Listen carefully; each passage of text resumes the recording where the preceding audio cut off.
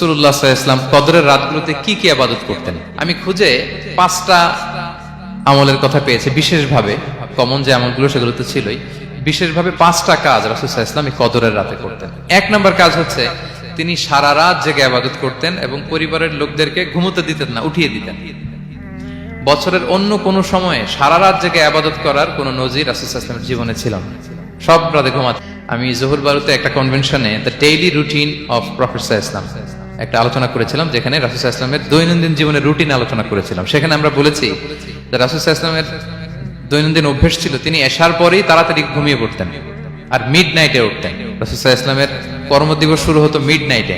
আমাদের তো সকালে আরো অনেক পরে শুরু হয়। রাসূল সাল্লাল্লাহু আলাইহি ওয়াসাল্লামের কর্মদিবস শুরু হতো বেসিক্যালি মিড নাইটে। এশার পরে কথাবার্তা না বলে আগে ঘুমোতে যেতেন, মিড নাইটে উঠতেন, কিন্তু ঘুমাতেন। ঘুম ছাড়া রাত কাটাতেন না। সারা বছরের এটা ছিল যে এশার পর পরে ঘুমোতে যেতেন, except the last 10 days of Ramadan. রমাদানের শেষ 10 রাতে রাসূল সাল্লাল্লাহু আলাইহি ওয়াসাল্লাম ঘুমাতেন না। এই 10 দিনের ব্যাপারেই পাওয়া যায় সারা রাত জেগে তিনি ইবাদত করতেন। আম্মা জান আয়েশা রাদিয়াল্লাহু তাআলা আনহা বলেন, ইযা দাখালাল আশরু আহিয়াল লাইলা ওয়া আইকাযা আহলা ওয়া জাদ্দা ওয়া শাদ্দাল মিজার। রমাদানের শেষ দশক যখন আসতো রাসূল সাল্লাল্লাহু আলাইহি ওয়াসাল্লাম সারা রাত জেগে ইবাদত করতেন।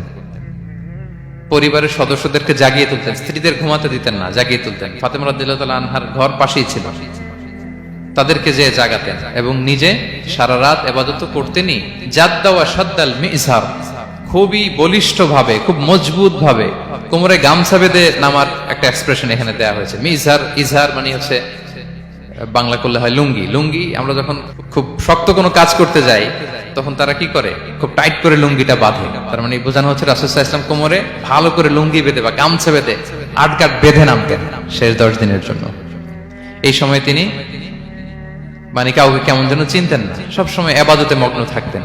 এটা আমরা করতে পারি যে শেষ 10 দিনে, আর যেহেতু 3 দিন বাকি, আমরা একটা স্পেশাল প্ল্যান করতে পারি যে আমরা আমাদের সর্বোচ্চটুকু উজাড় করে দিয়ে লাস্ট 10 days অফ রমাদানের এই বরকত আমরা হাসিল করব, এটা যেন আমাদের মিস না হয়। তাহলে এটা আমরা একটা পেলাম। 2 নাম্বার হচ্ছে ইতিকাফ করা।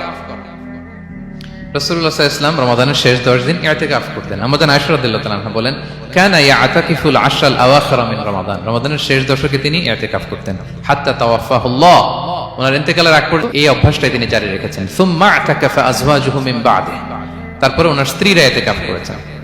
আরেক বর্ণনা এসেছে ইয়াতাকিফু কুল্লা রমাদান 10 আইয়াম, প্রতি রমাদানে তিনি 10 দিন ইতিকাফ করেছেন। কিন্তু যেই বছর তিনি ইন্তেকাল করবেন সে বছর তিনি 20 দিন ইতিকাফ করেছিলেন।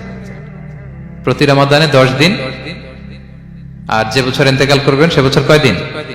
20 দিন তিনি ইতিকাফ করেছিলেন মসজিদে নববীতে। তাহলে আমরা এই রমাদানের শেষ দশকে এটা করতে পারি। 2 নম্বর পয়েন্ট হচ্ছে ইতিকাফ করা। যারা আমরা করিনি তারা আমরা ইতিকাফ করতে পারি।